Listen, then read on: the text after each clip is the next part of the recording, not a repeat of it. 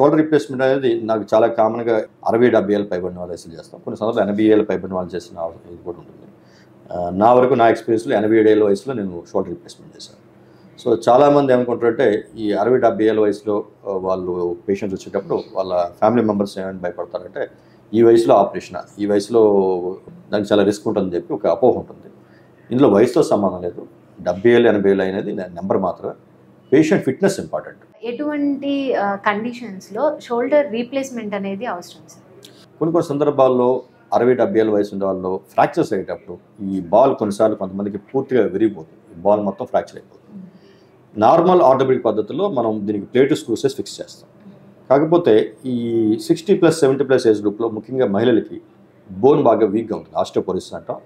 And ఇటువంటి సందర్భాల్లో మనం ప్లేట్ స్క్రూసెస్ రెగ్యులర్ ఆర్థోపెడిక్ పద్ధతిలో మనం ఫిక్స్ చేయలేనప్పుడు ఈ బాల్ని రీప్లేస్మెంట్ చేస్తాం. దీన్ని షోల్డర్ రీప్లేస్మెంట్ అంటాం.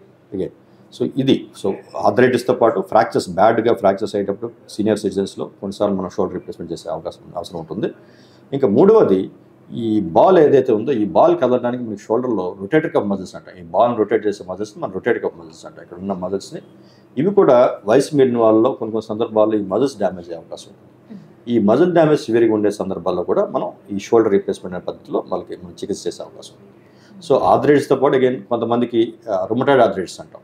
ఈ రుమటాయిడ్ ఆర్థరైటిస్ పేషెంట్స్కి లేదా ఇన్ఫ్లమేటరీ ఆర్థరైటిస్ అంటాం. ఇటువంటి సందర్భాల్లో కూడా మల్టిపుల్ జాయింట్స్ ఎఫెక్ట్ అవుతూ వాళ్ళకి షోల్డర్ ఎఫెక్ట్ అయ్యే అవకాశం ఉంటుంది.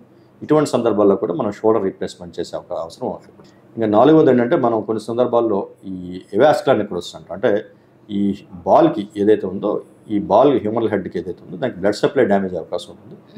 ఇది ఎక్కువగా ఎస్పెషల్లీ కోవిడ్ తర్వాత ఎక్కువగా చూస్తున్నాం. ముఖ్యంగా హిప్ జాయింట్లు ఎక్కువ చూస్తున్నాం, అదేవిధంగా షోల్డర్ జాయింట్ కూడా చూస్తున్నాం.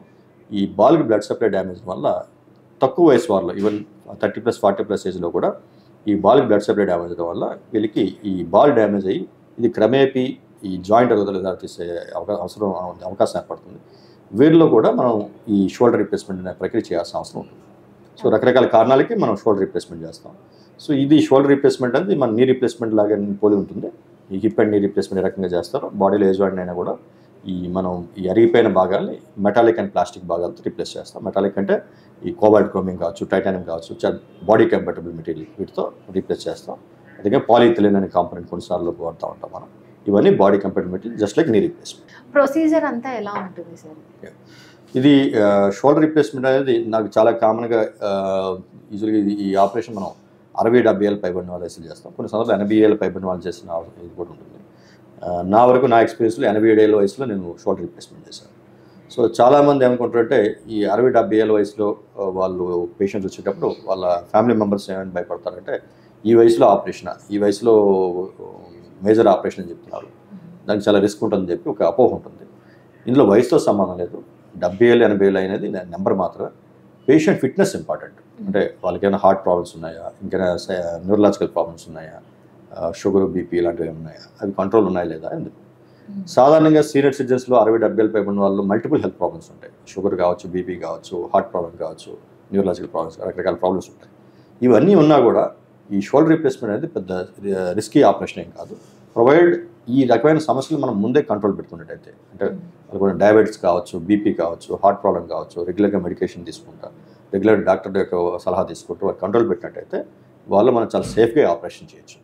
సో ఇంకా రెండవది ఏంటంటే కొన్ని సందర్భాల్లో బాగా హై రిస్క్ ఉన్న పేషెంట్స్కి మన హాస్పిటల్లో ఏం చేస్తా అంటే ఈ ఆపరేషన్ కంటే ముఖ్యంగా అనస్థీషియాలో వీళ్ళకి రిస్క్ ఉంటుంది.